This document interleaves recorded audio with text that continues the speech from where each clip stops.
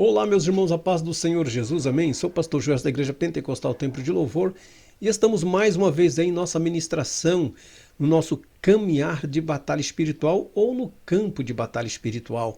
Hoje vamos meditar na palavra de Deus no Evangelho de Mateus, capítulo 13, versículo 18 e o versículo 19. Mas antes vamos fazer a nossa oração.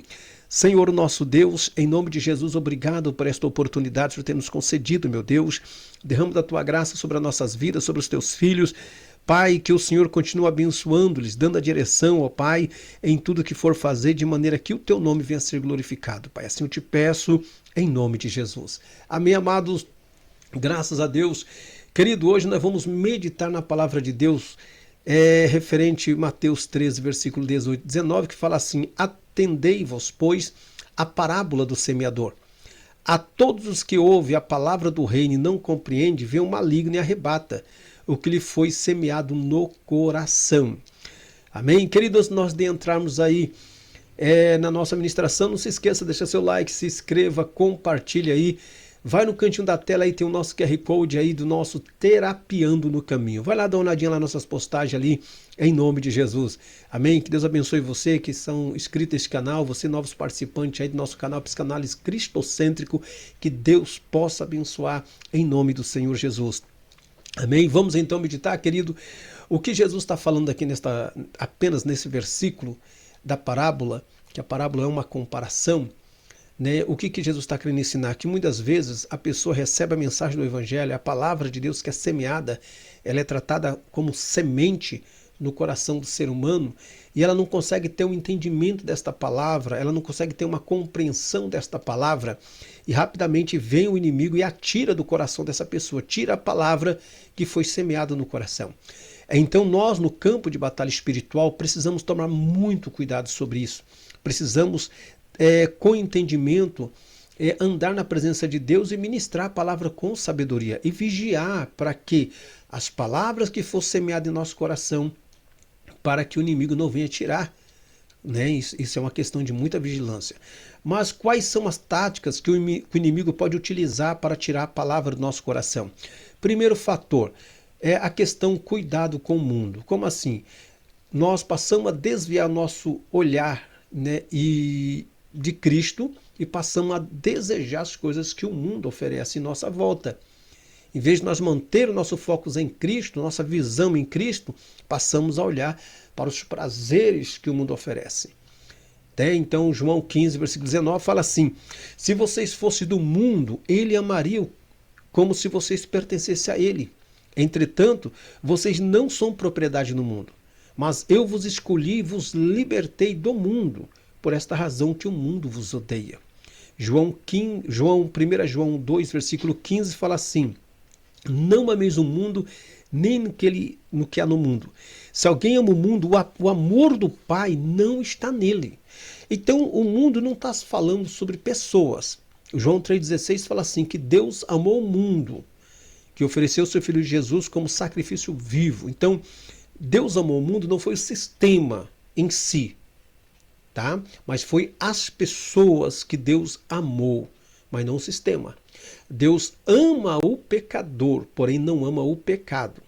Então o que nós não podemos fazer é nos apegarmos com o sistema e nesse sistema ter a nossa esperança no sistema. Abrange em todos os aspectos que você pode imaginar. Mas as pessoas, temos que orar por elas, clamar por salvação na vida delas, em nome do Senhor Jesus. Então tudo aquilo que é no mundo, que é contra Cristo, nós temos que fugir. Mas só que o diabo é tão sagaz que ele consegue manipular a nossa visão. Se nós não vigiarmos, e a palavra que é semeada em nosso coração, ele tira. E nós vamos olhar as coisas em nossa volta. Medita lá Salmo 73, o que aconteceu com Asaf. Isso é coisa muito séria.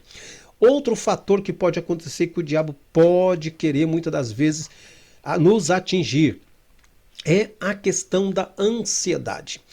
Bom, a ansiedade é o átrio dentro do nosso interior que nos impede, né, de caminhar em paz com Deus. A ansiedade, muitas das vezes, ela pode ser um grande atrapalho na nossa carreira espiritual, no nosso caminhar espiritual. Por esse motivo, Jesus nos diz, Mateus 11, 28, fala assim: vinde a mim todos que estáis cansados e sobrecarregados, que eu vos aliviarei. Tomai sobre vós o meu jugo e aprendei de mim, que sou manso e humilde de coração. 1 Pedro 5,8 fala assim, lançando sobre ele toda a vossa ansiedade, porque ele tem cuidado de vós. A ansiedade, muitas das vezes, ela acaba também nos atrapalhando na nossa caminhada espiritual. Temos que aprender a confiar no Senhor. Filipenses 4, versículo 6 fala assim, não andem ansiosos com coisa alguma, mas em tudo, pela oração e pela súplica, e com ações de graça, apresentem seus pedidos a Deus. Você está passando um problema financeiro, problema espiritual, apresenta a Deus. Confia, o teu Deus vai agir por você.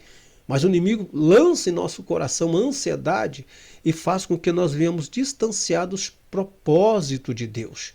Por esse motivo ele fala, não andeis ansiosos pelo que é a vez de comer ou a vez de beber, porque o vosso Pai Celestial sabe o que vocês precisam. Mas antes buscai com prioridade o reino de Deus. Aí a pessoa deixa de buscar o reino de Deus e passa a estar ansiosos pelo comer, pelo beber, pelo vestir, pelo status, pela posição e acaba distanciando do reino de Deus. E muitas das vezes a ansiedade pode ser uma seta maligna e precisamos vigiar muito. Outra coisa que pode acontecer muitas das vezes é peso sobre o nosso espírito. Como assim? Esses pesos são fardos que carregamos na carne. Como eu já falei, segundo 1 Pedro 5, 7 e 8, fala assim, lance sobre ele toda a sua ansiedade, porque ele tem cuidado de nós. Estejam alerta, vigiem, o diabo, o inimigo de vocês, anda em redor como leão, rugindo e procurando quem possa devorar. Então, a ansiedade torna-se um peso em nossa vida, a ponto de, muitas das vezes, o diabo começar a rodear, ou procurando oportunidade para querer nos atacar. Querido, vamos aprender a confiar no Senhor. No campo de batalha espiritual, nós temos que entender que a nossa luta não é contra a carne, não é contra seres humanos. A luta é espiritual. E por ser espiritual, o nosso adversário ele vai criar situações para querer impedir os propósitos de Deus na nossa vida. Mas a nossa perseverança está a nossa vitória. Um outro fator que muitas vezes ocorre, isso é uma questão muito séria também no campo de batalha espiritual, a ausência de perdão.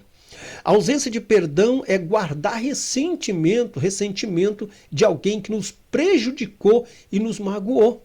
Isso, nós precisamos acertar isso em nossa vida. Isso é muito sério. É interessante que, segunda carta de Paulo aos Coríntios, capítulo 2, versículo 11 e 10, Paulo fala assim, e a quem perdoardes alguma coisa, também eu.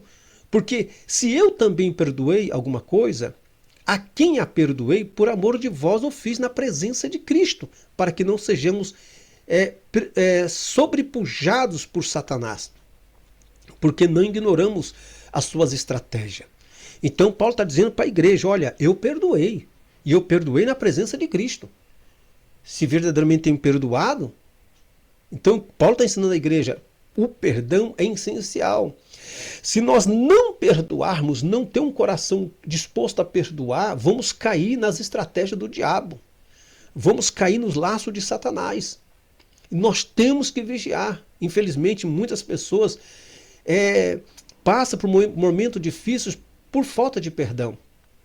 É interessante que 1 João, capítulo 1, versículo 6 e 7, fala assim, se dissermos que temos comunhão com ele e andarmos em trevas, mentimos e não praticamos a verdade. Versículo 7, mas se andarmos na luz, como ele está na luz, temos comunhão uns com os outros, e o sangue de Jesus Cristo, seu Filho, nos purifica de todo pecado. Então, a pessoa não perdoa, a pessoa guarda mágoa no seu coração. O que vai acontecer com essa pessoa? Ela continua nas trevas. Ela não está na luz, ela continua nas trevas. E isso é uma questão que ela precisa vigiar. Atendei para a parábola do semeador. Depois nós vamos continuar mais essa mensagem. Mas vamos orar então em nome de Jesus? Senhor nosso Deus, em nome do Senhor, toma nas tuas mãos teus filhos, age poderosamente, nos ensina, meu Deus, a caminhar nesse campo de batalha espiritual. Sabemos que grande é a batalha, grandes são os conflitos. Muitas vezes nosso inimigo ele é estrategista, Deus. Ele vai usar de muitas artimanhas para querer nos pegar, para querer pegar o teu povo, nos prender, Senhor, em suas garras. Mas o Senhor é o Deus que dá livramento. Pai amado, alcança os teus filhos. E eu peço a tua bênção, eu quero ministrar cura, meu Deus. Eu quero ministrar libertação na vida desta pessoa.